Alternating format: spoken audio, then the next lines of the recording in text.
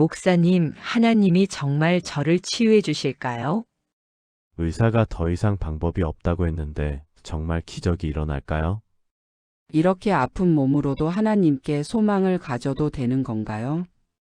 오늘의 제목은 하나님의 치유 능력으로 질병에서 회복되는 기도 이 성경 말씀과 함께 치유받으세요입니다. 혹시 병원에서 나오면서 왜 하필 나에게? 라고 하늘을 원망해 본 적 있으신가요? 밤마다 아픈 몸 때문에 잠 못 이루며 하나님은 어디 계실까? 라고 묻고 계신가요? 진통제를 삼키면서 언제까지 이 고통이 계속될까? 라는 절망감에 사로잡혀 계신가요? 바로 어제 새벽 한 성도님이 눈물로 전화를 걸어왔습니다. 목사님, 정말 하나님이 저를 치유해 주실까요? 6개월째 항암 치료를 받고 있는 그 성도님의 떨리는 목소리가 아직도 제 귀에 생생합니다. 의사 선생님은 더 이상 방법이 없다고 했어요. 그런데도 하나님께 기도해도 되는 건가요? 여러분, 지금 이 순간에도 질병으로 고통받고 계신 분들이 얼마나 많은지 아시나요? 가족 중에 아픈 사람이 있어서 마음이 찢어지듯 아프신 분들은 또 얼마나 많은지요? 혹시 여러분도 지금 이런 마음이신가요? 하나님, 왜 나에게만 이런 시련을 주시는 거예요? 다른 사람들은 다 건강한데 왜 나만 이렇게 아픈 거예요? 정말 하나님이 살아계시다면 왜 이 고통을 멈춰주지 않으시는 거예요? 저도 목회를 시작한 지 15년이 넘었지만 이런 질문들 앞에서 때로는 말문이 막히곤 했습니다. 특히 제가 직접 중병을 앓았을 때는 더욱 그랬습니다. 목사인 저조차도 병상에서 하나님을 원망했던 적이 있었으니까요. 하지만 오늘 저는 확신을 가지고 말씀드립니다. 하나님은 분명히 치유하시는 하나님이십니다. 그 어떤 질병도, 그 어떤 고통도 하나님의 치유 능력 앞에서는 무력할 뿐입니다. 오늘 이 시간 여러분과 함께 하나님의 치유 능력을 경험하고 질병에서 완전히 회복되는 강력한 기도를 드리고자 합니다. 지금 아프신 분들, 가족이 아픈 분들, 모두 함께 하나님의 치유 역사를 체험하시기 바랍니다. 먼저 우리가 알아야 할 것은 질병이 왜 찾아오는지에 대한 하나님의 관점입니다. 많은 분들이 아플 때 제일 먼저 드는 생각이 내가 죄를 지어서 이런 벌을 받는 건가? 라는 자책입니다. 하지만 요한복음 9장 2절에서 3절을 보면 제자들이 예수님께 물었습니다. 라삐여, 이 사람이 맹인으로 난 것이 누구의 죄로 인함이니이까? 자기니이까? 그의 부모니이까? 그때 예수님께서 뭐라고 답하셨습니까? 예수께서 대답하시되 이 사람이나 그 부모의 죄로 인한 것이 아니라 그에게서 하나님이 하시는 일을 나타내고자 하심이라. 여러분, 들으셨습니까? 질병이 반드시 죄 때문에 오는 것이 아니라는 말씀입니다. 때로는 하나님의 영광을 나타내기 위해서, 하나님의 치유 능력을 보여주시기 위해서 허락하시는 것입니다. 그렇다면 우리는 어떤 마음으로 질병을 대해야 할까요? 첫째, 질병을 통해서도 하나님의 뜻을 구하는 마음을 가져야 합니다. 하나님, 이 질병을 통해 무엇을 깨닫게 하시려는 건가요? 이 고통을 통해 어떤 은혜를 주시려는 건가요? 둘째, 질병이 영원한 것이 아님을 믿어야 합니다. 고린도후서 4장 17절에서 바울 사도는 이렇게 말씀했습니다. 우리가 잠시 받는 환난에 경한 것이 지극히 크고 영원한 영광에 중한 것을 우리에게 이루게 함이니. 여러분이 지금 겪고 있는 질병도 고통도 잠시 받는 것입니다. 영원하지 않습니다. 하나님께서 반드시 치유해 주실 것입니다. 셋째, 질병을 통해서도 하나님께 더 가까이 나아가야 합니다. 아플 때일수록 더 간절히 기도해야 합니다. 아플 때일수록 더 깊이 하나님의 말씀을 묵상해야 합니다. 질병이 우리를 하나님으로부터 멀어지게 하는 것이 아니라 오히려 더 가까이 나아가게 하는 통로가 되어야 합니다. 그러면 지금부터 하나님의 치유 능력이 어떻게 역사하는지 성경을 통해 자세히 살펴보겠습니다. 여러분도 아시겠지만 예수님의 공생의 사역 중 상당 부분이 치유 사역이었습니다. 마태복음 4장 23절을 보면 예수께서 온 갈릴리에 두루 다니사 그들의 회당에서 가르치시며 천국 복음을 전파하시며 백성 중에 모든 병과 모든 약한 것을 고치시니라고 기록되어 있습니다. 모든 병과 모든 약한 것을 고치시니라는 표현을 보십시오. 예외가 없습니다. 어떤 질병이든 어떤 고통이든 예수님께서 고치지 못하실 병은 없다는 뜻입니다. 그런데 어떤 분들은 이렇게 말씀하실지도 모릅니다. 그건 2000년 전 예수님이 직접 계실 때의 이야기고 지금은 다르지 않나요? 아닙니다. 히브리서 13장 8절에서 분명히 말씀합니다. 예수 그리스도는 어제나 오늘이나 영원토록 동일하시니라. 예수님은 변하지 않으십니다. 2000년 전에 치유하셨던 그 능력이 지금도 동일하게 역사하고 있습니다.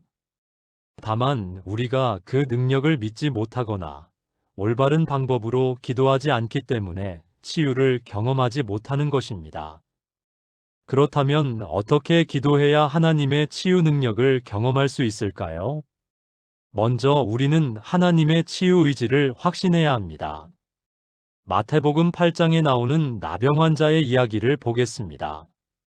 한 나병 환자가 나와 절하며 이르되 주여 원하시면 저를 깨끗하게 하실 수 있나이다.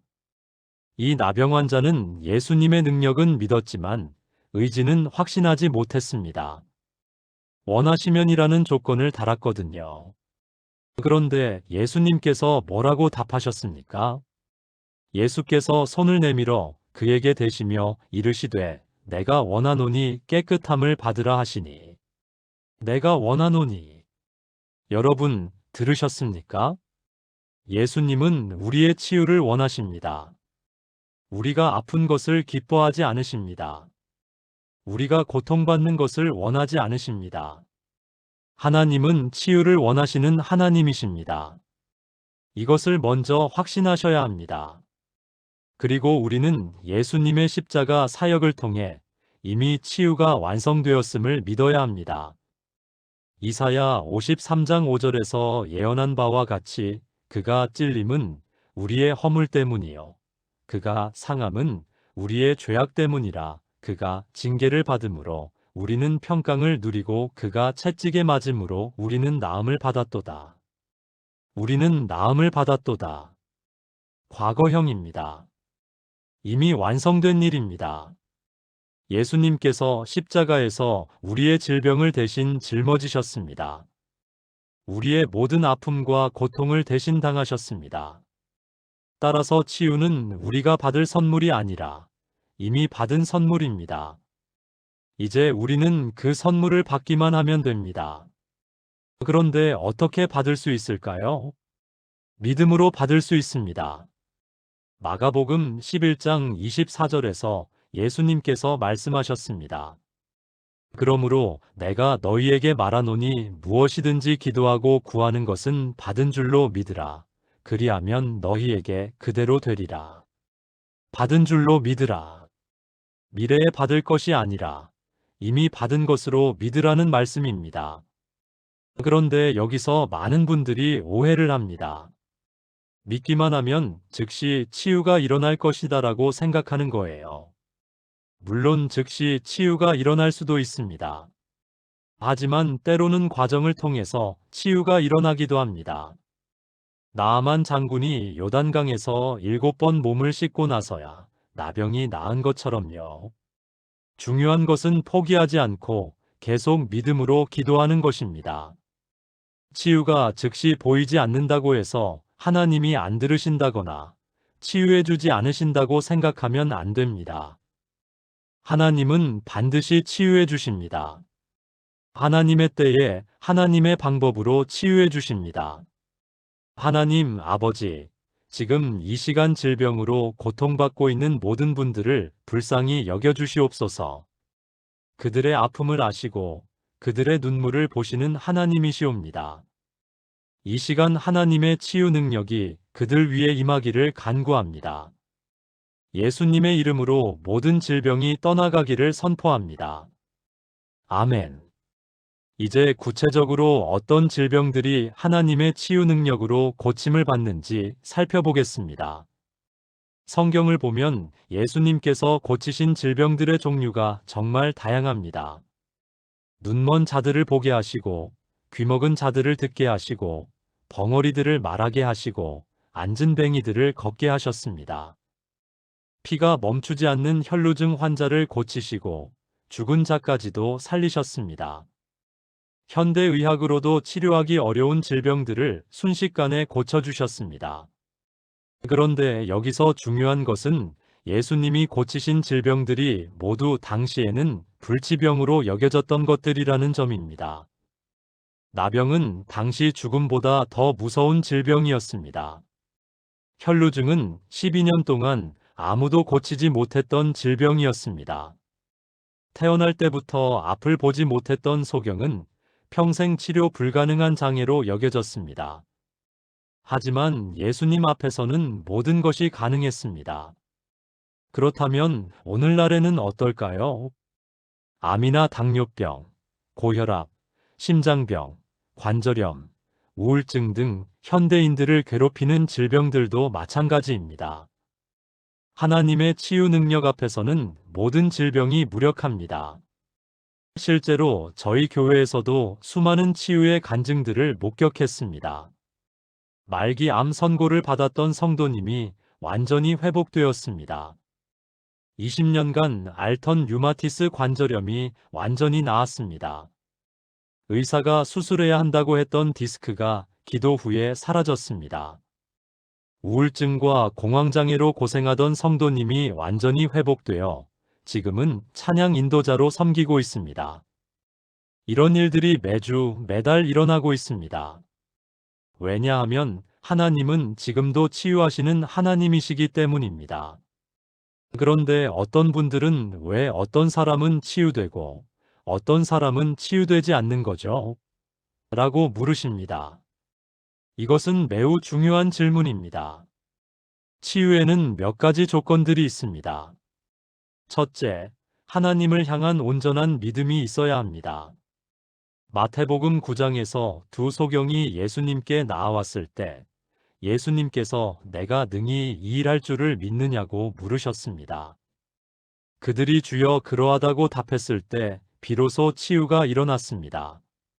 믿음이 없이는 치유를 경험할 수 없습니다.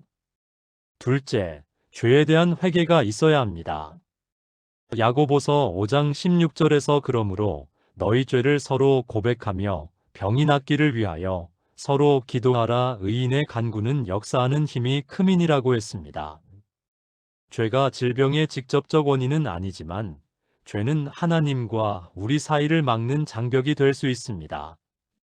따라서 치유를 구하기 전에 먼저 회개해야 합니다. 셋째, 하나님의 뜻에 순종하는 마음이 있어야 합니다.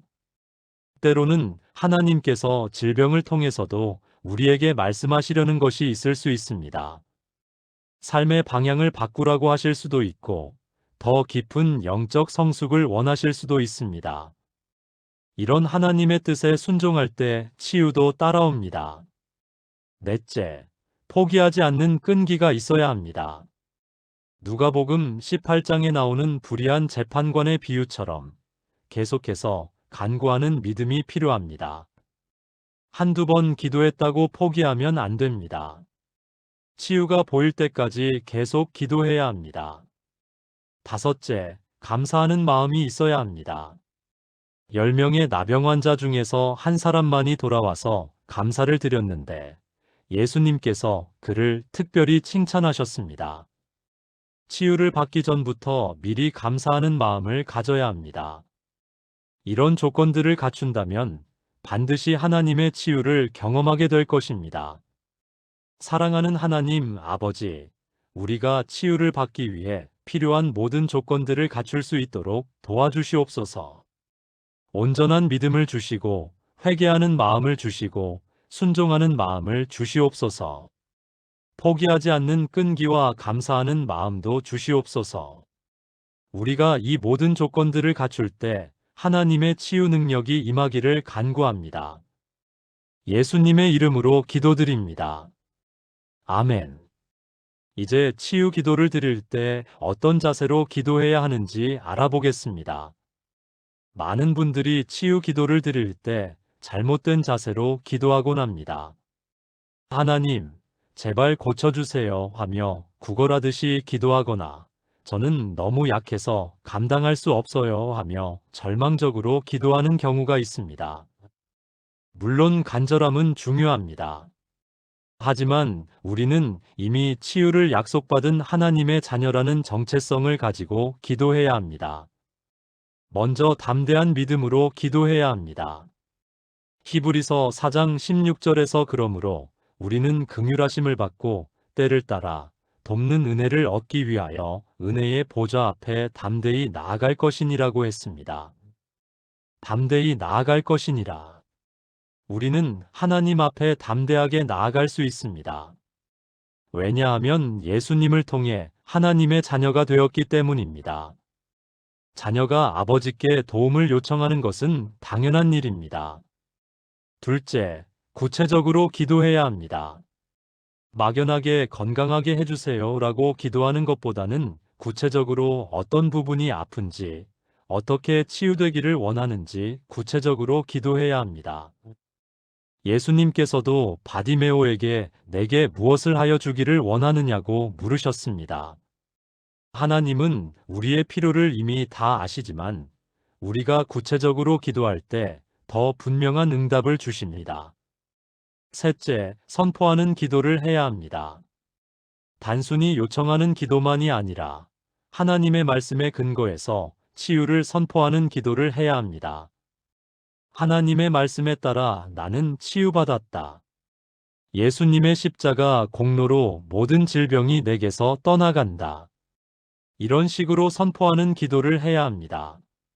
넷째, 감사 기도를 해야 합니다.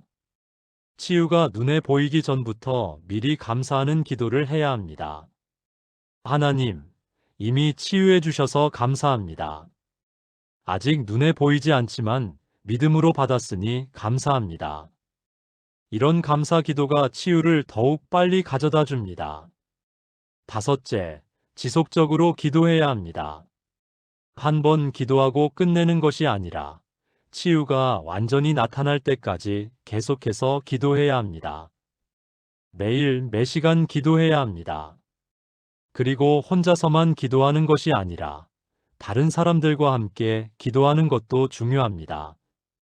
마태복음 18장 19절에서 진실로 다시 너희에게 이르노니 너희 중에 두 사람이 땅에서 합심하여 무엇이든지 구하면 하늘에 계신 내 아버지께서 그들을 위하여 이루어 주시리라고 하셨습니다. 합심 기도의 능력은 개인 기도보다 훨씬 강합니다. 가족들과 함께, 교회 성도들과 함께, 기도 동역자들과 함께 기도할 때 더 큰 기적이 일어납니다. 또한 기도할 때는 성령님의 도우심을 구해야 합니다. 로마서 8장 26절에서 이와 같이 성령도 우리의 연약함을 도우시나니 우리는 마땅히 기도할 바를 알지 못하나 오직 성령이 말할 수 없는 탄식으로 우리를 위하여 친히 간구하시느니라고 했습니다. 우리가 어떻게 기도해야 할지 모를 때도 성령님이 도와주십니다. 성령님이 우리를 대신해서 기도해 주십니다. 따라서 치유 기도를 할 때마다 먼저 성령님의 충만함을 구하고 성령님이 인도하시는 대로 기도해야 합니다. 그러면 우리의 기도가 하나님의 마음에 합한 기도가 될 것입니다. 전능하신 하나님, 우리가 올바른 자세로 치유 기도를 드릴 수 있도록 도와주시옵소서. 담대한 믿음으로, 구체적으로, 선포하는 마음으로, 감사하는 마음으로, 지속적으로 기도할 수 있게 하옵소서. 성령님이 우리의 기도를 도와주시고 인도해 주시옵소서. 우리의 기도가 하나님의 마음에 합한 기도가 되게 하시고 반드시 응답해 주시옵소서. 예수님의 이름으로 기도드립니다. 아멘. 이제 성경에서 말씀하시는 구체적인 치유의 약속들을 살펴보겠습니다. 하나님은 성경 곳곳에서 우리에게 치유를 약속해 주셨습니다. 이 약속들을 붙잡고 기도할 때 더 큰 믿음이 생기고 더 분명한 치유를 경험할 수 있습니다. 첫 번째 약속은 출애굽기 15장 26절입니다. 이르시되 너희가 너희 하나님 나 여호와의 말을 들어 순종하고 내가 보기에 의를 행하며 내 계명에 귀를 기울이며 내 모든 규례를 지키면 내가 애굽 사람에게 내린 모든 질병 중 하나도 너희에게 내리지 아니하리니 나는 너희를 치료하는 여호와임이니라. 나는 너희를 치료하는 여호와임이니라. 하나님의 이름 중 하나가 여호와 라파, 즉 치료하시는 하나님입니다. 치료하고 치유하는 것이 하나님의 본성이라는 뜻입니다. 하나님은 본래부터 치유하시는 분이십니다. 두 번째 약속은 시편 103편 2절에서 3절입니다. 내 영혼아 여호와를 송축하며 그의 모든 은택을 잊지 말지어다.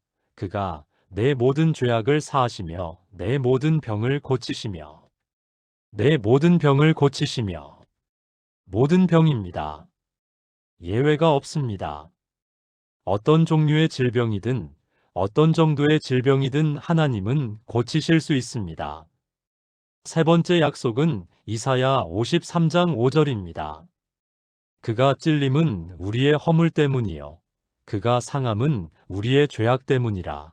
그가 징계를 받음으로 우리는 평강을 누리고 그가 채찍에 맞음으로 우리는 나음을 받았도다.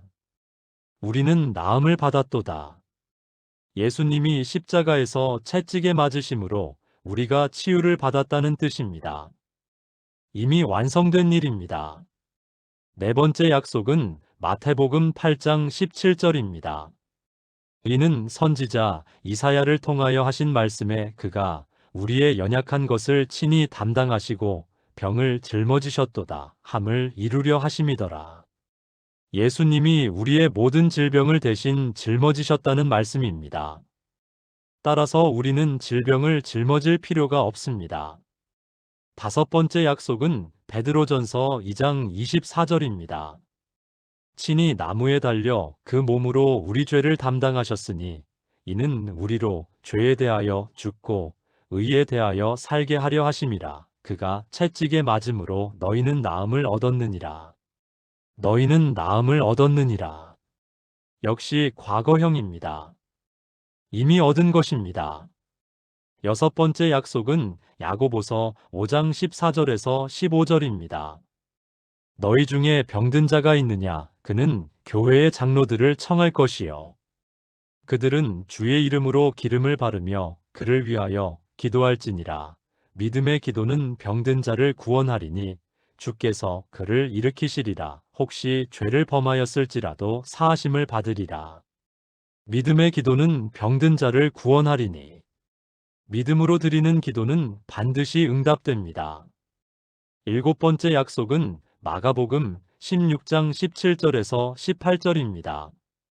믿는 자들에게는 이런 표적이 따르리니 곧 그들이 내 이름으로 귀신을 쫓아내며 새 방언으로 말하며 뱀을 집어올리며 독을 마실지라도 해를 받지 아니하며 병든 사람에게 손을 얹은즉 나으리라 하시더라. 병든 사람에게 손을 얹은즉 나으리라. 믿는 자들이 병든 사람을 위해 기도하면 낫게 됩니다. 이렇게 많은 약속들을 주셨는데도 왜 치유를 경험하지 못할까요? 그것은 이 약속들을 제대로 믿지 않기 때문입니다. 약속을 알기만 하고 믿지 않으면 소용없습니다. 약속을 붙잡고 선포해야 합니다. 하나님이 약속하셨으니 반드시 이루어집니다. 하나님은 치유하시는 하나님이시므로 나를 치유해 주실 것입니다. 예수님의 십자가 공로로 나는 이미 치유받았습니다. 이렇게 선포하며 기도할 때 치유가 나타납니다. 또한 이런 약속들을 매일 묵상하고 암송해야 합니다. 하나님의 약속을 우리 마음에 새겨놓을 때 믿음이 더욱 견고해집니다. 그리고 의심이 들 때마다 이 약속들을 다시 읽으며 믿음을 회복해야 합니다. 하나님의 약속은 변하지 않습니다. 어제도 오늘도 내일도 동일합니다. 그 약속들을 붙잡는 자들에게는 반드시 치유의 역사가 일어날 것입니다. 신실하신 하나님, 성경에 기록된 모든 치유의 약속들을 우리에게 주셔서 감사합니다. 이 약속들이 단순한 글자가 아니라 살아있는 하나님의 말씀임을 믿습니다. 우리가 이 약속들을 굳게 붙잡고 선포할 때 치유의 역사가 일어나기를 간구합니다. 의심이 들 때마다 이 약속들로 우리 믿음을 견고하게 하옵소서. 하나님의 약속은 결코 변하지 않으니 우리에게도 동일하게 이루어지기를 선포합니다. 예수님의 이름으로 기도드립니다. 아멘. 이제 치유받은 후에는 어떻게 살아야 하는지에 대해 말씀드리겠습니다. 많은 분들이 치유를 받는 것에만 관심이 있고 치유받은 후의 삶에 대해서는 깊이 생각하지 않습니다. 하지만 치유받은 후의 삶이 더욱 중요합니다. 치유는 끝이 아니라 새로운 시작이기 때문입니다. 첫째, 치유받은 것에 대해 끝없이 감사해야 합니다. 누가복음 17장에 나오는 10명의 나병 환자 중에서 9명은 치유받고도 감사하러 돌아오지 않았습니다. 오직 한 명만이 돌아와서 감사를 드렸습니다. 예수님께서 그를 보시고 10사람이 다 깨끗함을 받지 아니하였느냐, 그 9은 어디 있느냐라고 말씀하셨습니다. 치유받은 후에도 계속해서 감사하는 마음을 잃지 말아야 합니다. 건강할 때 건강에 감사하는 사람은 많지 않습니다. 아플 때만 건강의 소중함을 깨닫게 됩니다. 치유받은 분들은 매일 아침 일어날 때마다 하나님, 저를 치유해 주셔서 감사합니다라고 고백해야 합니다. 밥을 먹을 때, 걸을 때, 숨을 쉴 때마다 감사해야 합니다. 이런 감사가 치유를 더욱 견고하게 만들어줍니다. 둘째, 치유받은 몸을 하나님의 영광을 위해 사용해야 합니다. 고린도전서 6장 20절에서 값으로 산 것이 되었으니 그런즉 너희 몸으로 하나님께 영광을 돌리라고 했습니다. 우리 몸은 하나님이 값을 치르고 사신 것입니다. 따라서 치유받은 몸을 하나님의 영광을 위해 사용해야 합니다. 예배에 더욱 적극적으로 참여하고 찬양하고 기도하고 봉사해야 합니다. 아프기 전에 하지 못했던 일들을 이제는 할 수 있게 되었으니 더욱 열심히 주님을 섬겨야 합니다. 셋째, 치유의 간증을 통해 다른 사람들에게 희망을 주어야 합니다. 마가복음 5장에서 귀신 들린 자가 치유받은 후에 예수님께서 집으로 돌아가 주께서 내게 어떻게 큰 일을 행하사 너를 불쌍히 여기신 것을 내 가족에게 알리라고 하셨습니다. 치유받은 사람은 그 치유의 간증을 다른 사람들에게 전해야 할 책임이 있습니다. 지금도 질병으로 고통받고 있는 분들에게 하나님은 살아계시고 치유하시는 하나님이시다라는 희망을 전해주어야 합니다. 여러분의 간증이 다른 사람의 믿음을 불러일으킬 수 있습니다. 여러분의 간증이 다른 사람의 치유를 가져다 줄 수 있습니다. 넷째, 건강한 생활 습관을 유지해야 합니다. 하나님이 치유해 주셨다고 해서 무절제하게 살면 안 됩니다. 우리 몸은 성령의 전임으로 소중히 관리해야 합니다. 균형 잡힌 식사를 하고 적절한 운동을 하고 충분한 휴식을 취해야 합니다. 스트레스를 잘 관리하고 금연, 금주하며 규칙적인 생활을 해야 합니다. 이런 것들이 하나님의 치유를 더욱 견고하게 만들어줍니다. 다섯째, 다른 사람들을 위해 치유 기도를 해야 합니다. 야고보서 5장 16절에서 그러므로 너희 죄를 서로 고백하며 병이 낫기를 위하여 서로 기도하라고 했습니다. 치유받은 사람은 이제 다른 사람들의 치유를 위해 기도해야 할 책임이 있습니다.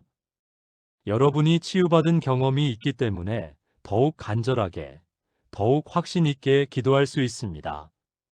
하나님이 나를 치유해 주셨듯이 이분도 치유해 주실 것입니다. 라는 확신으로 기도할 수 있습니다. 이렇게 다른 사람들을 위해 기도할 때 여러분의 치유도 더욱 견고해집니다. 여섯째, 계속해서 하나님과의 관계를 깊게 해야 합니다. 치유받았다고 해서 기도를 소홀히 하거나 말씀 읽기를 게을리하면 안 됩니다. 오히려 더욱 깊이 하나님과 교제해야 합니다. 치유는 하나님의 사랑의 표현입니다. 그 사랑에 보답하는 길은 하나님을 더욱 사랑하는 것입니다. 매일 기도하고 매일 말씀을 읽고 매일 찬양하며 하나님과 동행하는 삶을 살아야 합니다. 그럴 때 치유가 단순히 몸의 회복에서 그치는 것이 아니라 영혼의 성숙까지 가져다주는 축복이 될 것입니다. 사랑의 하나님, 치유받은 후에도 올바른 삶을 살 수 있도록 도와주시옵소서. 끝없는 감사의 마음을 주시고 치유받은 몸을 하나님의 영광을 위해 사용할 수 있게 하옵소서. 치유의 간증을 통해 다른 사람들에게 희망을 전하고 건강한 생활 습관을 유지하며 다른 사람들의 치유를 위해 기도하는 삶을 살게 하옵소서. 무엇보다 하나님과의 관계를 더욱 깊게 하여 진정한 축복의 삶을 살게 하옵소서. 예수님의 이름으로 기도드립니다. 아멘. 마지막으로 치유를 방해하는 장애물들에 대해 말씀드리겠습니다. 많은 분들이 치유를 구하고 있지만 쉽게 치유를 경험하지 못하는 이유가 있습니다. 그것은 치유를 방해하는 장애물들이 있기 때문입니다. 이 장애물들을 제거할 때 비로소 하나님의 치유 능력이 자유롭게 흘러갈 수 있습니다. 첫 번째 장애물은 의심입니다.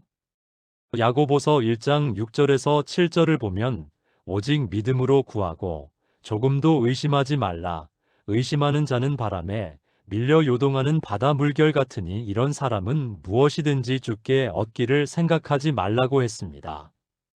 의심은 믿음의 반대입니다. 정말 나을까? 하나님이 정말 들어주실까? 내가 너무 큰 죄를 지어서 안 되는 건 아닐까? 이런 의심들이 치유를 방해합니다. 의심이 들 때마다 즉시 사탄아 물러가라. 나는 하나님의 약속을 믿는다. 고 선포해야 합니다. 두 번째 장애물은 부정적인 말입니다. 잠언 18장 21절에서 죽고 사는 것이 혀의 권세에 달렸나니라고 했습니다. 우리가 하는 말이 치유에 큰 영향을 미칩니다. 나는 절대 나을 수 없어. 이 병은 유전이라서 어쩔 수 없어. 의사도 포기했는데 뭐 이런 부정적인 말들은 치유를 가로막습니다. 대신 나는 치유받았다. 하나님의 능력으로 회복되고 있다. 날마다 더 건강해지고 있다. 이런 긍정적이고 믿음의 말을 해야 합니다. 세 번째 장애물은 과거의 상처와 용서하지 못하는 마음입니다. 마태복음 6장 14절에서 15절을 보면 너희가 사람의 잘못을 용서하면 너희 하늘 아버지께서도 너희 잘못을 용서하시려니와 너희가 사람의 잘못을 용서하지 아니하면 너희 아버지께서도 너희 잘못을 용서하지 아니하시리라고 했습니다. 용서하지 못하는 마음은 하나님과 우리 사이를 막는 벽이 됩니다. 나를 아프게 한 사람들, 상처 준 사람들을 용서해야 합니다.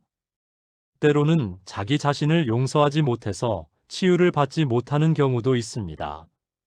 모든 사람을 용서하고 자신도 용서할 때 치유의 길이 열립니다. 네 번째 장애물은 세상의 방법에만 의존하는 것입니다. 물론 의학적 치료도 하나님이 주신 지혜입니다.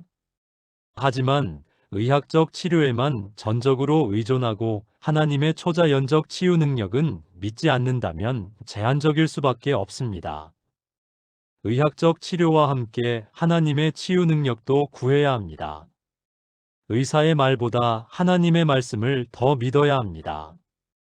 다섯 번째 장애물은 두려움입니다. 디모데후서 1장 7절에서 하나님이 우리에게 주신 것은 두려워하는 마음이 아니요 오직 능력과 사랑과 절제하는 마음이니라고 했습니다. 다시 재발하면 어떻게 하지? 치료비는 어떻게 감당하지? 가족들에게 짐이 되면 어떻게 하지? 이런 두려움들이 치유를 방해합니다. 두려움 대신 하나님에 대한 신뢰를 가져야 합니다. 여섯 번째 장애물은 죄입니다. 시편 66편 18절에서 내가 내 마음에 죄악을 품으면 주께서 듣지 아니하시리라고 했습니다. 회개하지 않은 죄는 하나님과 우리 사이를 막습니다. 특히 고의적으로 짓는 죄, 반복적으로 짓는 죄들은 치유를 방해합니다.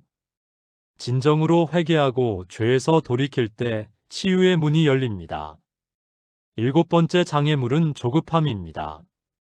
하나님의 때가 있습니다. 우리가 원하는 때와 하나님의 때가 다를 수 있습니다. 조급해하며 왜 아직도 안 나아지지? 언제까지 기다려야 하지? 하면서 불평하면 치유가 늦어집니다. 하나님을 믿고 참고 기다리는 인내가 필요합니다. 이런 장애물들을 하나씩 제거해 나갈 때 하나님의 치유 능력이 자유롭게 역사하게 될 것입니다. 지금 이 시간 여러분 마음속에 있는 모든 장애물들을 주님 앞에 내려놓으시기 바랍니다. 전능하신 하나님, 우리가 치유를 받는데 방해가 되는 모든 장애물들을 제거해 주시옵소서. 의심의 마음을 거두시고 확신의 믿음을 주시옵소서. 부정적인 말 대신 긍정적이고 믿음의 말을 하게 하시고 용서하지 못한 마음들을 다 용서할 수 있게 하옵소서. 세상의 방법에만 의존하지 않고 하나님의 초자연적 능력을 신뢰하게 하시며 모든 두려움을 거두시고 하나님을 신뢰하는 마음을 주시옵소서. 회개해야 할 모든 죄들을 회개하게 하시고 조급한 마음 대신 하나님의 때를 기다리는 인내를 주시옵소서. 이 모든 장애물들이 제거될 때 하나님의 치유 능력이 자유롭게 흘러가기를 간구합니다. 예수님의 이름으로 기도드립니다. 아멘. 사랑하는 성도 여러분, 지금까지 하나님의 치유 능력에 대해서 함께 나눴습니다. 이제 우리 모두 함께 치유를 위한 통합 기도를 드리겠습니다. 지금 이 순간 여러분이 계신 그 자리에서 하나님의 치유 능력을 받으시기 바랍니다. 전능하시고 사랑이 많으신 하나님 아버지, 지금 이 시간 아픈 몸과 마음을 가지고 주님 앞에 나아온 모든 자녀들을 불쌍히 여겨주시옵소서. 주님은 치유하시는 하나님이시며 모든 질병을 고치시는 여호와 라파이심을 믿습니다. 예수님께서 십자가에서 채찍에 맞으심으로 우리가 나음을 받았음을 선포합니다. 이미 완성된 치유를 지금 이 순간 받아들입니다. 암으로 고생하시는 모든 분들, 지금 이 순간 예수님의 이름으로 모든 암세포가 죽어가기를 선포합니다. 당뇨병, 고혈압, 심장병으로 고생하시는 모든 분들, 예수님의 보혈로 모든 질병이 떠나가기를 선포합니다. 관절염, 디스크, 근육통으로 아파하시는 모든 분들, 하나님의 치유 능력으로 완전한 회복이 일어나기를 선포합니다. 우울증, 불안장애, 공황장애로 고통받으시는 모든 분들, 하나님의 평강과 기쁨이 충만하게 임하기를 간구합니다. 불면증, 만성피로, 소화장애로 힘들어하시는 모든 분들, 하나님의 치유 손길이 지금 임하기를 선포합니다. 아이들의 아토피, 천식, 알레르기가 완전히 사라지기를 예수님의 이름으로 선포합니다. 어르신들의 치매, 파킨슨병, 뇌졸중 후유증이 하나님의 능력으로 회복되기를 선포합니다. 눈의 질병, 귀의 질병, 목과 성대의 질병들이 모두 치유되기를 예수님의 이름으로 선포합니다. 여성들의 자궁과 난소 질환, 남성들의 전립선 질환이 완전히 치유되기를 선포합니다. 신장병, 간 질환, 폐 질환으로 고생하시는 모든 분들 위해 하나님의 치유 능력이 임하기를 간구합니다. 희귀병으로 원인 모를 질병으로 고생하시는 모든 분들, 하나님 앞에는 불가능한 일이 없으므로 완전한 치유가 일어나기를 선포합니다. 지금 이 순간 성령님의 치유 능력이 여러분 한 분 한 분 위에 임하고 있습니다. 머리끝에서 발끝까지 하나님의 치유 능력이 흘러가고 있습니다. 모든 질병의 뿌리가 뽑히고 모든 고통이 사라지고 완전한 건강이 회복되고 있습니다. 하나님께서 지금 이 순간 역사하고 계십니다. 믿음으로 받으시고 감사함으로 고백하시기 바랍니다. 하나님, 저를 치유해 주셔서 감사합니다. 완전한 건강을 주셔서 감사합니다. 이제 이 건강한 몸으로 하나님께 영광 돌리며 살겠습니다. 예수님의 귀하신 이름으로 기도드립니다. 아멘. 사랑하는 성도 여러분, 오늘 이 시간을 통해서 하나님이 우리를 얼마나 사랑하시는지, 그리고 우리의 치유를 얼마나 원하시는지 깨닫게 되셨기를 바랍니다. 하나님은 어제나 오늘이나 영원토록 동일하신 분입니다. 2000년 전에 예수님께서 모든 질병을 고치셨던 그 능력이 지금도 동일하게 역사하고 있습니다.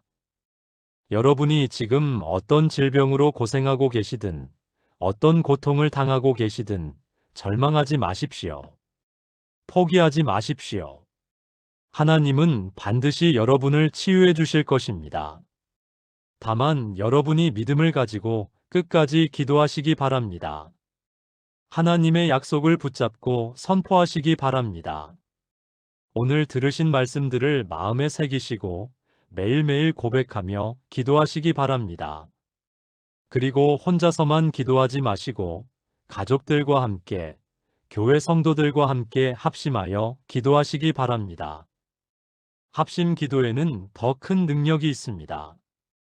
또한 치유를 받기 위해서는 먼저 마음을 깨끗이 해야 한다는 것을 잊지 마십시오. 죄가 있다면 회개하고 용서할 사람이 있다면 용서하고 하나님과의 관계를 바로 세우시기 바랍니다. 그리고 치유를 받은 후에는 그것을 하나님의 영광을 위해 사용하시기 바랍니다. 여러분의 치유 간증이 다른 사람들에게 희망이 되고 믿음을 불러일으키는 도구가 될 것입니다.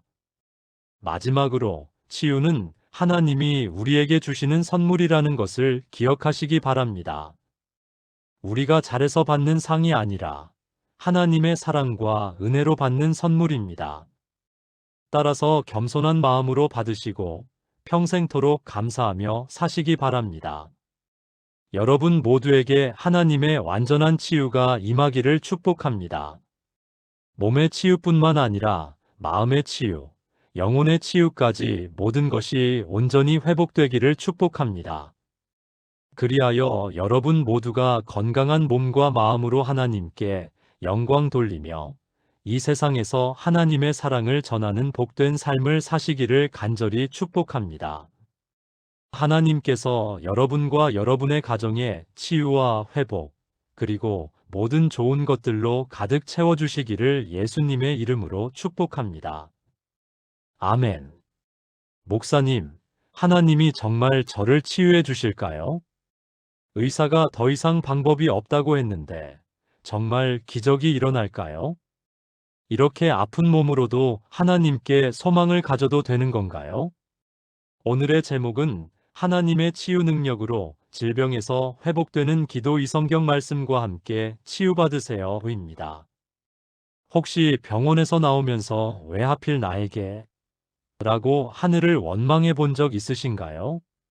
밤마다 아픈 몸 때문에 잠 못 이루며 하나님은 어디 계실까? 라고 묻고 계신가요?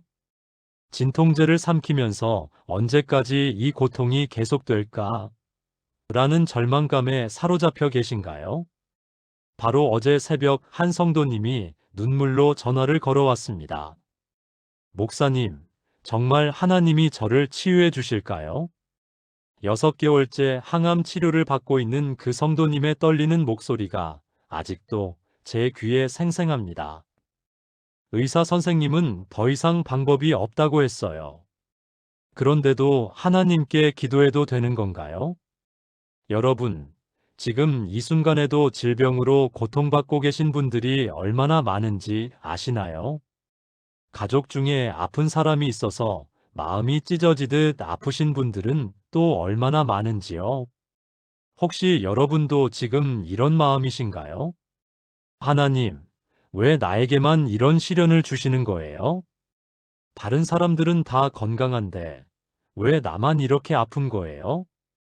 정말 하나님이 살아계시다면 왜 이 고통을 멈춰주지 않으시는 거예요?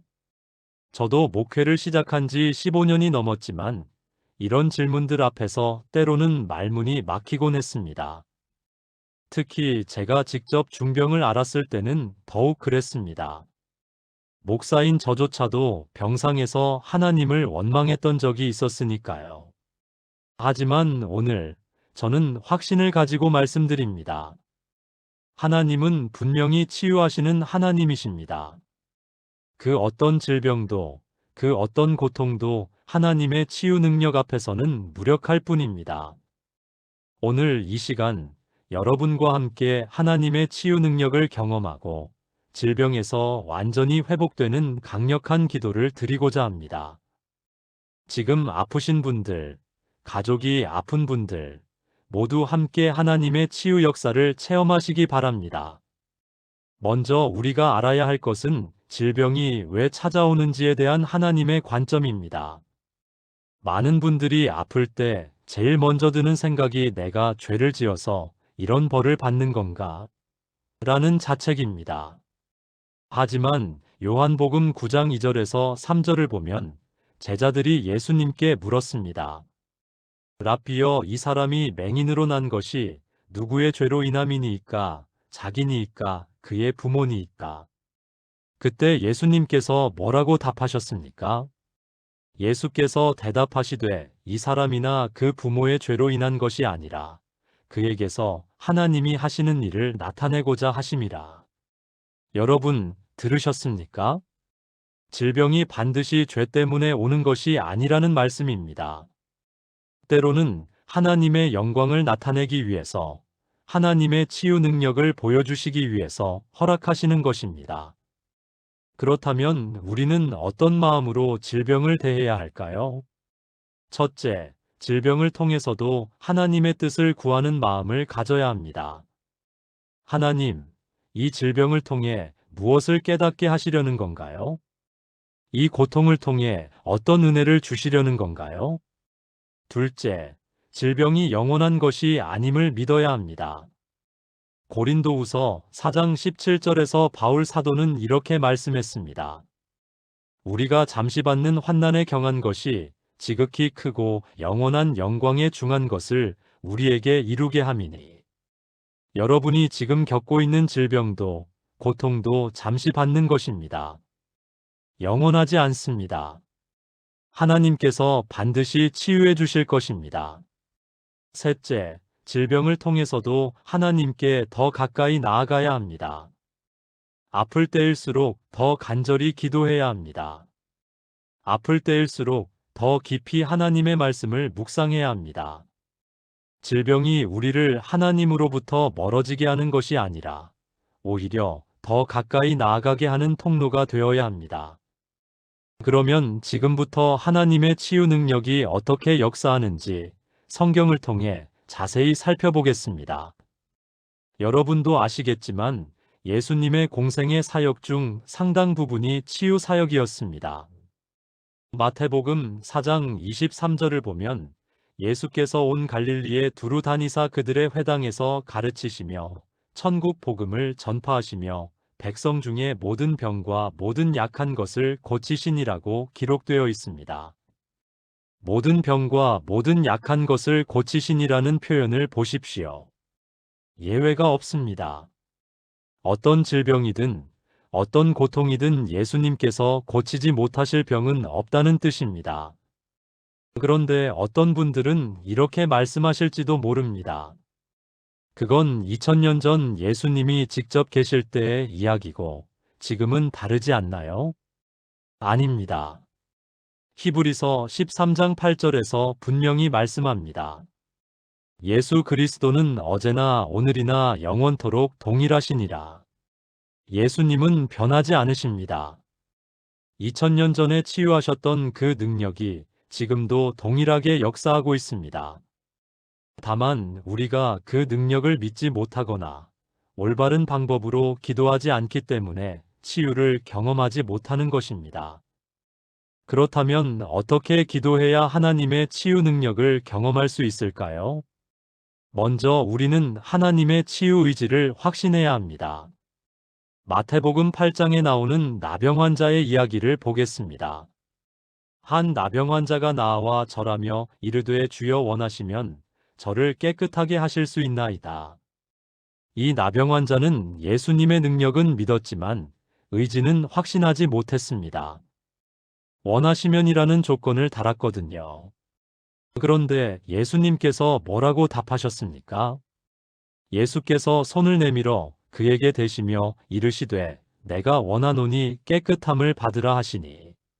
내가 원하노니. 여러분 들으셨습니까? 예수님은 우리의 치유를 원하십니다. 우리가 아픈 것을 기뻐하지 않으십니다. 우리가 고통받는 것을 원하지 않으십니다. 하나님은 치유를 원하시는 하나님이십니다. 이것을 먼저 확신하셔야 합니다.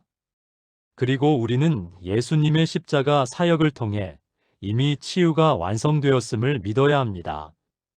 이사야 53장 5절에서 예언한 바와 같이 그가 찔림은 우리의 허물 때문이요 그가 상함은 우리의 죄악 때문이라. 그가 징계를 받음으로 우리는 평강을 누리고 그가 채찍에 맞음으로 우리는 나음을 받았도다.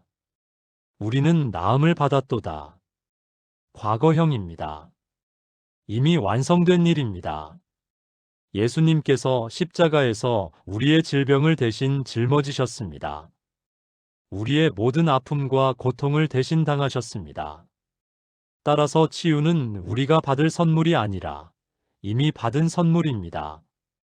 이제 우리는 그 선물을 받기만 하면 됩니다. 그런데 어떻게 받을 수 있을까요? 믿음으로 받을 수 있습니다. 마가복음 11장 24절에서 예수님께서 말씀하셨습니다. 그러므로 내가 너희에게 말하노니 무엇이든지 기도하고 구하는 것은 받은 줄로 믿으라. 그리하면 너희에게 그대로 되리라. 받은 줄로 믿으라. 미래에 받을 것이 아니라 이미 받은 것으로 믿으라는 말씀입니다. 그런데 여기서 많은 분들이 오해를 합니다.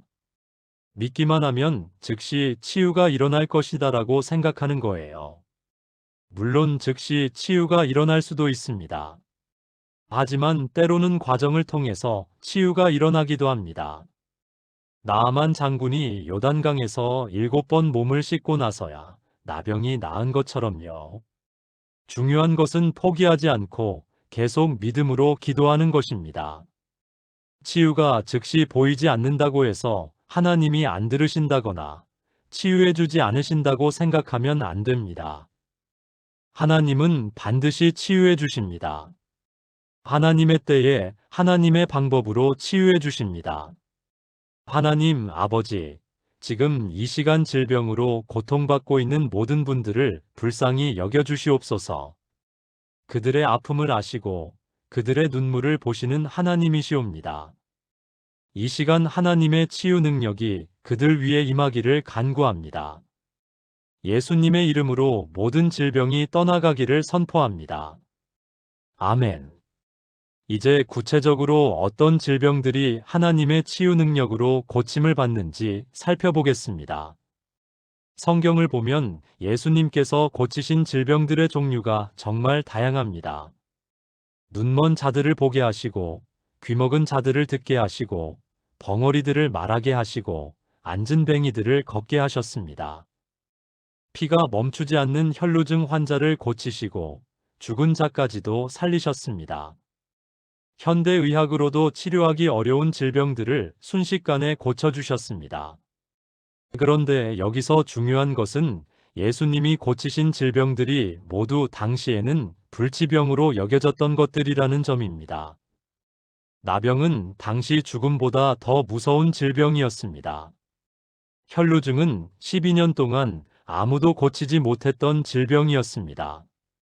태어날 때부터 앞을 보지 못했던 소경은 평생 치료 불가능한 장애로 여겨졌습니다. 하지만 예수님 앞에서는 모든 것이 가능했습니다. 그렇다면 오늘날에는 어떨까요? 암이나 당뇨병, 고혈압, 심장병, 관절염, 우울증 등 현대인들을 괴롭히는 질병들도 마찬가지입니다. 하나님의 치유 능력 앞에서는 모든 질병이 무력합니다. 실제로 저희 교회에서도 수많은 치유의 간증들을 목격했습니다. 말기 암 선고를 받았던 성도님이 완전히 회복되었습니다. 20년간 앓던 류마티스 관절염이 완전히 나았습니다. 의사가 수술해야 한다고 했던 디스크가 기도 후에 사라졌습니다. 우울증과 공황장애로 고생하던 성도님이 완전히 회복되어 지금은 찬양 인도자로 섬기고 있습니다. 이런 일들이 매달 일어나고 있습니다. 왜냐하면 하나님은 지금도 치유하시는 하나님이시기 때문입니다. 그런데 어떤 분들은 왜 어떤 사람은 치유되고 어떤 사람은 치유되지 않는 거죠? 라고 물으십니다. 이것은 매우 중요한 질문입니다. 치유에는 몇 가지 조건들이 있습니다. 첫째, 하나님을 향한 온전한 믿음이 있어야 합니다. 마태복음 9장에서 두 소경이 예수님께 나아왔을 때 예수님께서 내가 능히 이 일할 줄을 믿느냐고 물으셨습니다. 그들이 주여 그러하다고 답했을 때 비로소 치유가 일어났습니다. 믿음이 없이는 치유를 경험할 수 없습니다. 둘째, 죄에 대한 회개가 있어야 합니다. 야고보서 5장 16절에서 그러므로 너희 죄를 서로 고백하며 병이 낫기를 위하여 서로 기도하라. 의인의 간구는 역사하는 힘이 크민이라고 했습니다. 죄가 질병의 직접적 원인은 아니지만 죄는 하나님과 우리 사이를 막는 장벽이 될 수 있습니다. 따라서 치유를 구하기 전에 먼저 회개해야 합니다. 셋째, 하나님의 뜻에 순종하는 마음이 있어야 합니다. 때로는 하나님께서 질병을 통해서도 우리에게 말씀하시려는 것이 있을 수 있습니다. 삶의 방향을 바꾸라고 하실 수도 있고 더 깊은 영적 성숙을 원하실 수도 있습니다. 이런 하나님의 뜻에 순종할 때 치유도 따라옵니다. 넷째, 포기하지 않는 끈기가 있어야 합니다. 누가복음 18장에 나오는 불의한 재판관의 비유처럼 계속해서 간구하는 믿음이 필요합니다. 한두 번 기도했다고 포기하면 안 됩니다. 치유가 보일 때까지 계속 기도해야 합니다. 다섯째, 감사하는 마음이 있어야 합니다. 10명의 나병 환자 중에서 한 사람만이 돌아와서 감사를 드렸는데 예수님께서 그를 특별히 칭찬하셨습니다. 치유를 받기 전부터 미리 감사하는 마음을 가져야 합니다. 이런 조건들을 갖춘다면 반드시 하나님의 치유를 경험하게 될 것입니다. 사랑하는 하나님 아버지, 우리가 치유를 받기 위해 필요한 모든 조건들을 갖출 수 있도록 도와주시옵소서. 온전한 믿음을 주시고 회개하는 마음을 주시고 순종하는 마음을 주시옵소서. 포기하지 않는 끈기와 감사하는 마음도 주시옵소서. 우리가 이 모든 조건들을 갖출 때 하나님의 치유 능력이 임하기를 간구합니다. 예수님의 이름으로 기도드립니다. 아멘.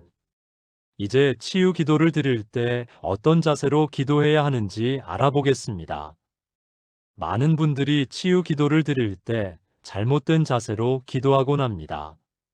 하나님, 제발 고쳐주세요 하며 구걸하듯이 기도하거나 저는 너무 약해서 감당할 수 없어요 하며 절망적으로 기도하는 경우가 있습니다. 물론 간절함은 중요합니다. 하지만 우리는 이미 치유를 약속받은 하나님의 자녀라는 정체성을 가지고 기도해야 합니다. 먼저 담대한 믿음으로 기도해야 합니다. 히브리서 4장 16절에서 그러므로 우리는 긍휼하심을 받고 때를 따라 돕는 은혜를 얻기 위하여 은혜의 보좌 앞에 담대히 나아갈 것이니라고 했습니다. 담대히 나아갈 것이니라. 우리는 하나님 앞에 담대하게 나아갈 수 있습니다. 왜냐하면 예수님을 통해 하나님의 자녀가 되었기 때문입니다. 자녀가 아버지께 도움을 요청하는 것은 당연한 일입니다. 둘째, 구체적으로 기도해야 합니다. 막연하게 건강하게 해주세요 라고 기도하는 것보다는 구체적으로 어떤 부분이 아픈지, 어떻게 치유되기를 원하는지 구체적으로 기도해야 합니다. 예수님께서도 바디메오에게 내게 무엇을 하여 주기를 원하느냐고 물으셨습니다. 하나님은 우리의 필요를 이미 다 아시지만 우리가 구체적으로 기도할 때 더 분명한 응답을 주십니다. 셋째, 선포하는 기도를 해야 합니다. 단순히 요청하는 기도만이 아니라 하나님의 말씀에 근거해서 치유를 선포하는 기도를 해야 합니다. 하나님의 말씀에 따라 나는 치유받았다. 예수님의 십자가 공로로 모든 질병이 내게서 떠나간다. 이런 식으로 선포하는 기도를 해야 합니다. 넷째, 감사 기도를 해야 합니다. 치유가 눈에 보이기 전부터 미리 감사하는 기도를 해야 합니다. 하나님, 이미 치유해 주셔서 감사합니다. 아직 눈에 보이지 않지만 믿음으로 받았으니 감사합니다. 이런 감사 기도가 치유를 더욱 빨리 가져다 줍니다. 다섯째, 지속적으로 기도해야 합니다. 한 번 기도하고 끝내는 것이 아니라 치유가 완전히 나타날 때까지 계속해서 기도해야 합니다. 매일 매시간 기도해야 합니다. 그리고 혼자서만 기도하는 것이 아니라 다른 사람들과 함께 기도하는 것도 중요합니다. 마태복음 18장 19절에서 진실로 다시 너희에게 이르노니 너희 중에 두 사람이 땅에서 합심하여 무엇이든지 구하면 하늘에 계신 내 아버지께서 그들을 위하여 이루어 주시리라고 하셨습니다. 합심 기도의 능력은 개인 기도보다 훨씬 강합니다. 가족들과 함께, 교회 성도들과 함께, 기도 동역자들과 함께 기도할 때 더 큰 기적이 일어납니다. 또한 기도할 때는 성령님의 도우심을 구해야 합니다. 로마서 8장 26절에서 이와 같이 성령도 우리의 연약함을 도우시나니 우리는 마땅히 기도할 바를 알지 못하나 오직 성령이 말할 수 없는 탄식으로 우리를 위하여 친히 간구하시느니라고 했습니다. 우리가 어떻게 기도해야 할지 모를 때도 성령님이 도와주십니다. 성령님이 우리를 대신해서 기도해 주십니다.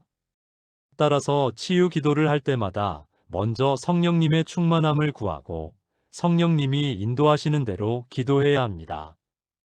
그러면 우리의 기도가 하나님의 마음에 합한 기도가 될 것입니다. 전능하신 하나님, 우리가 올바른 자세로 치유 기도를 드릴 수 있도록 도와주시옵소서. 담대한 믿음으로, 구체적으로, 선포하는 마음으로, 감사하는 마음으로, 지속적으로 기도할 수 있게 하옵소서. 성령님이 우리의 기도를 도와주시고 인도해 주시옵소서. 우리의 기도가 하나님의 마음에 합한 기도가 되게 하시고 반드시 응답해 주시옵소서. 예수님의 이름으로 기도드립니다. 아멘. 이제 성경에서 말씀하시는 구체적인 치유의 약속들을 살펴보겠습니다. 하나님은 성경 곳곳에서 우리에게 치유를 약속해 주셨습니다. 이 약속들을 붙잡고 기도할 때 더 큰 믿음이 생기고 더 분명한 치유를 경험할 수 있습니다. 첫 번째 약속은 출애굽기 15장 26절입니다. 이르시되 너희가 너희 하나님 나 여호와의 말을 들어 순종하고 내가 보기에 의를 행하며 내 계명에 귀를 기울이며 내 모든 규례를 지키면 내가 애굽 사람에게 내린 모든 질병 중 하나도 너희에게 내리지 아니하리니 나는 너희를 치료하는 여호와임이니라. 나는 너희를 치료하는 여호와임이니라.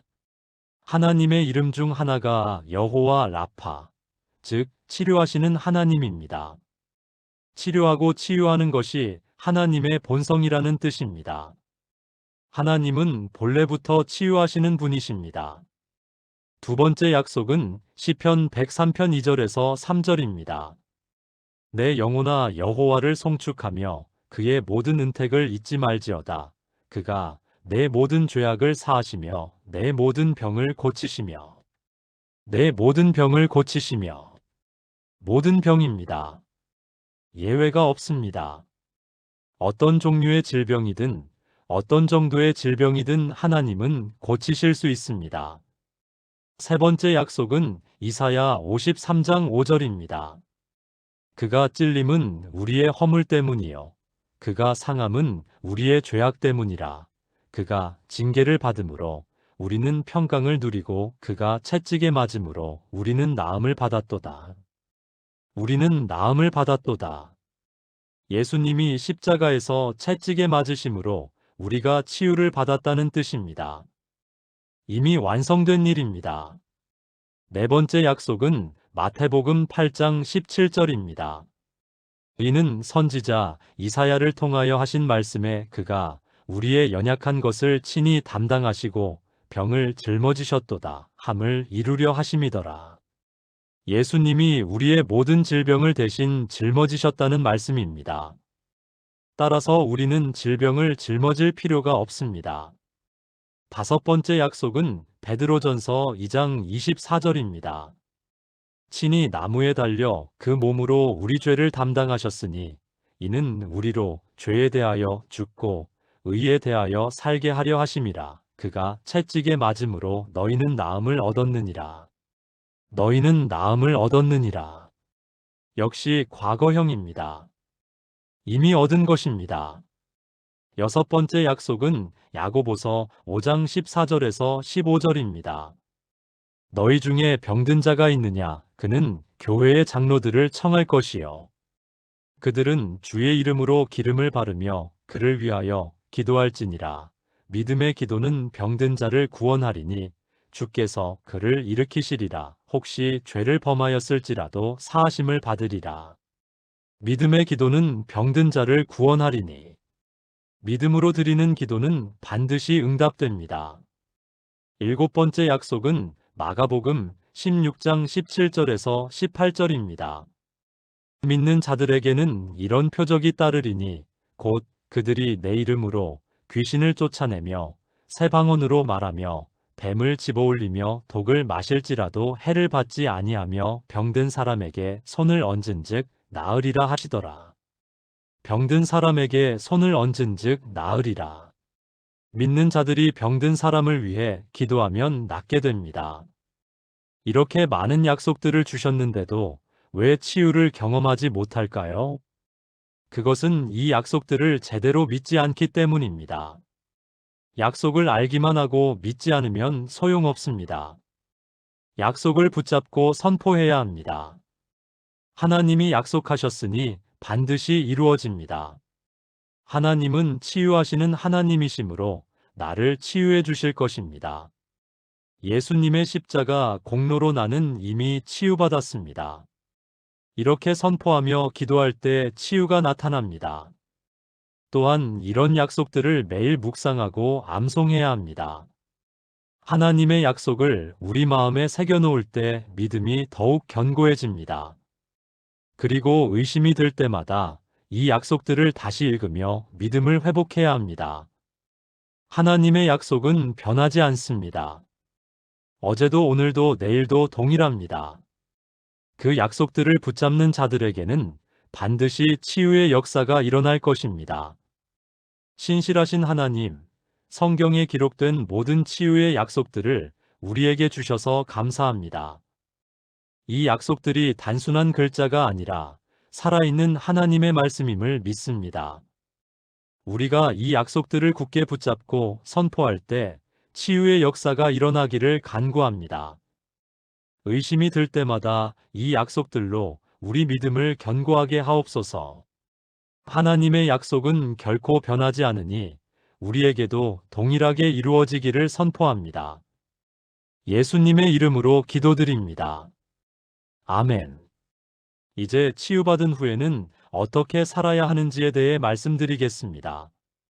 많은 분들이 치유를 받는 것에만 관심이 있고 치유받은 후의 삶에 대해서는 깊이 생각하지 않습니다.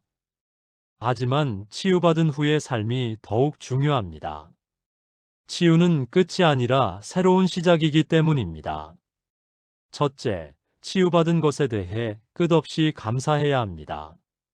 누가복음 17장에 나오는 10명의 나병 환자 중에서 9명은 치유받고도 감사하러 돌아오지 않았습니다. 오직 한 명만이 돌아와서 감사를 드렸습니다. 예수님께서 그를 보시고 10사람이 다 깨끗함을 받지 아니하였느냐, 그 9은 어디 있느냐라고 말씀하셨습니다.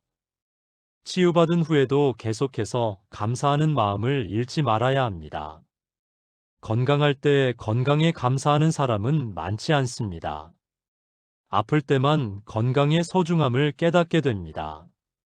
치유받은 분들은 매일 아침 일어날 때마다 하나님, 저를 치유해 주셔서 감사합니다라고 고백해야 합니다.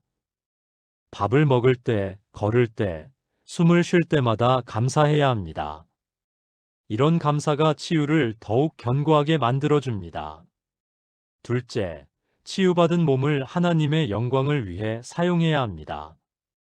고린도전서 6장 20절에서 값으로 산 것이 되었으니 그런즉 너희 몸으로 하나님께 영광을 돌리라고 했습니다.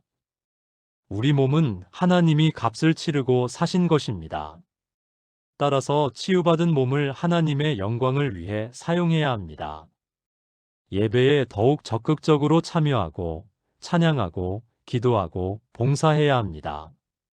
아프기 전에 하지 못했던 일들을 이제는 할 수 있게 되었으니 더욱 열심히 주님을 섬겨야 합니다.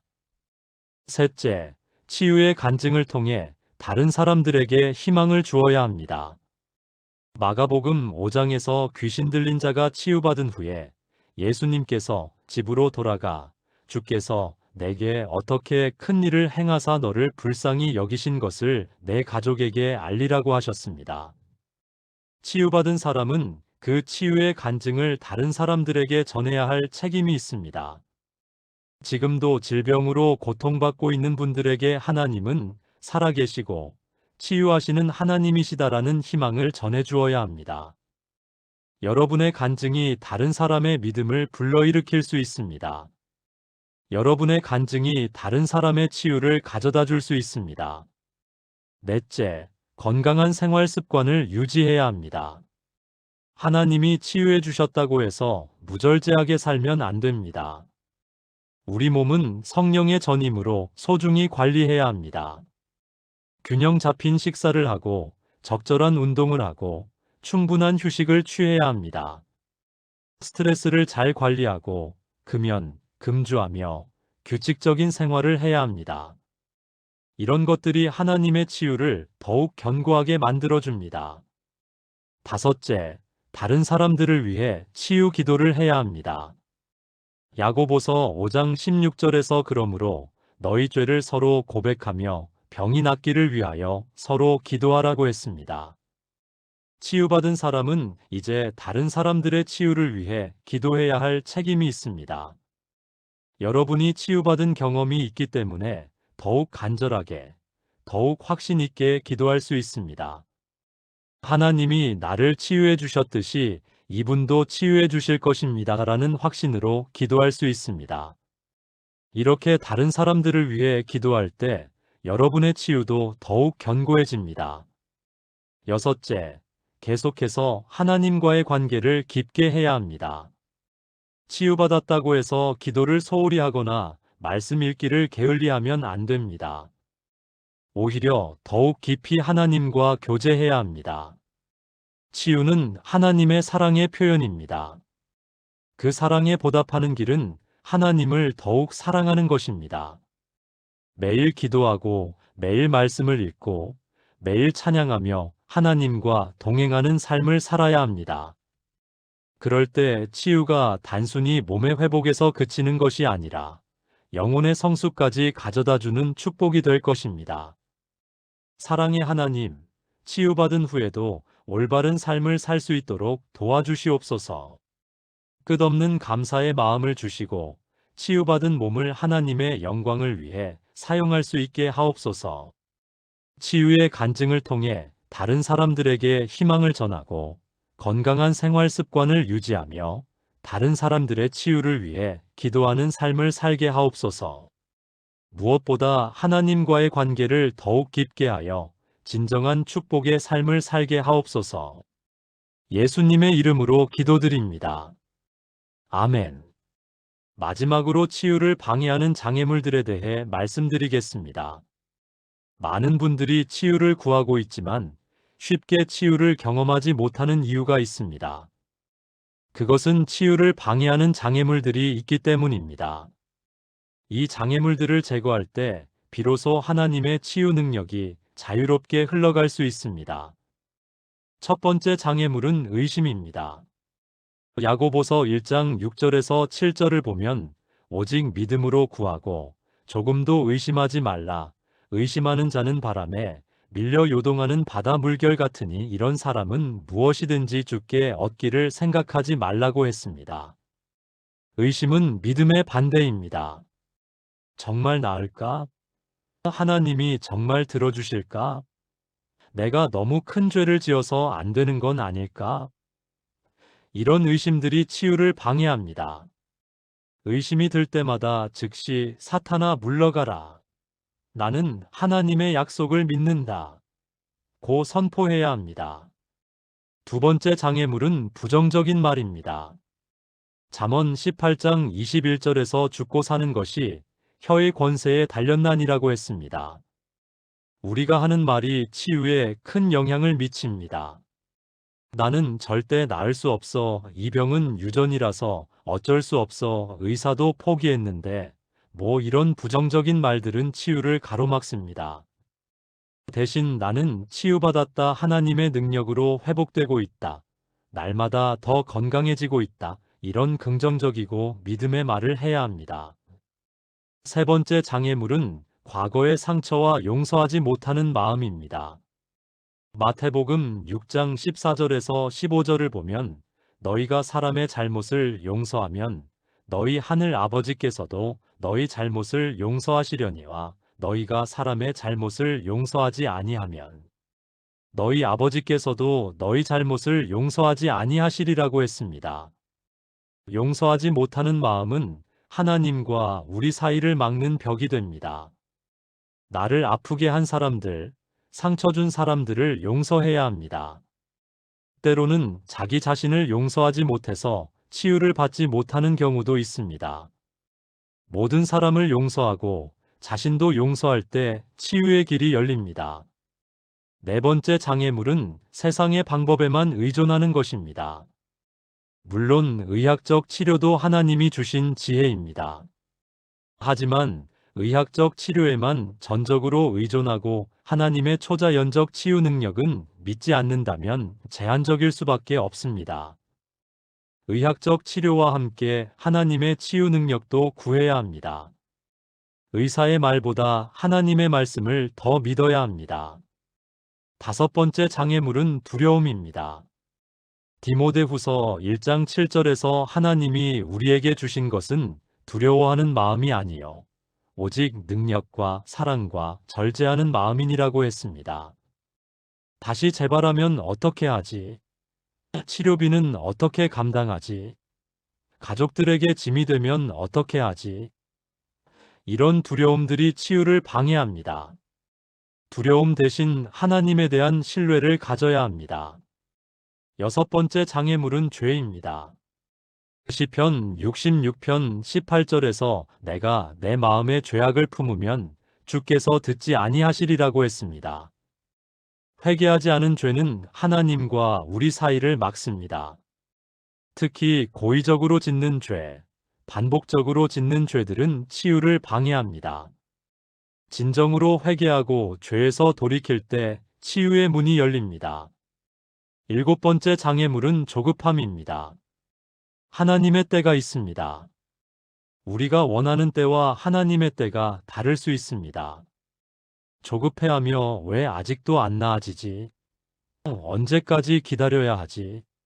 하면서 불평하면 치유가 늦어집니다. 하나님을 믿고 참고 기다리는 인내가 필요합니다. 이런 장애물들을 하나씩 제거해 나갈 때 하나님의 치유 능력이 자유롭게 역사하게 될 것입니다. 지금 이 시간 여러분 마음속에 있는 모든 장애물들을 주님 앞에 내려놓으시기 바랍니다. 전능하신 하나님, 우리가 치유를 받는데 방해가 되는 모든 장애물들을 제거해 주시옵소서. 의심의 마음을 거두시고 확신의 믿음을 주시옵소서. 부정적인 말 대신 긍정적이고 믿음의 말을 하게 하시고 용서하지 못한 마음들을 다 용서할 수 있게 하옵소서. 세상의 방법에만 의존하지 않고 하나님의 초자연적 능력을 신뢰하게 하시며 모든 두려움을 거두시고 하나님을 신뢰하는 마음을 주시옵소서. 회개해야 할 모든 죄들을 회개하게 하시고 조급한 마음 대신 하나님의 때를 기다리는 인내를 주시옵소서. 이 모든 장애물들이 제거될 때 하나님의 치유 능력이 자유롭게 흘러가기를 간구합니다. 예수님의 이름으로 기도드립니다. 아멘. 사랑하는 성도 여러분, 지금까지 하나님의 치유 능력에 대해서 함께 나눴습니다. 이제 우리 모두 함께 치유를 위한 통합 기도를 드리겠습니다. 지금 이 순간 여러분이 계신 그 자리에서 하나님의 치유 능력을 받으시기 바랍니다. 전능하시고 사랑이 많으신 하나님 아버지, 지금 이 시간 아픈 몸과 마음을 가지고 주님 앞에 나아온 모든 자녀들을 불쌍히 여겨주시옵소서.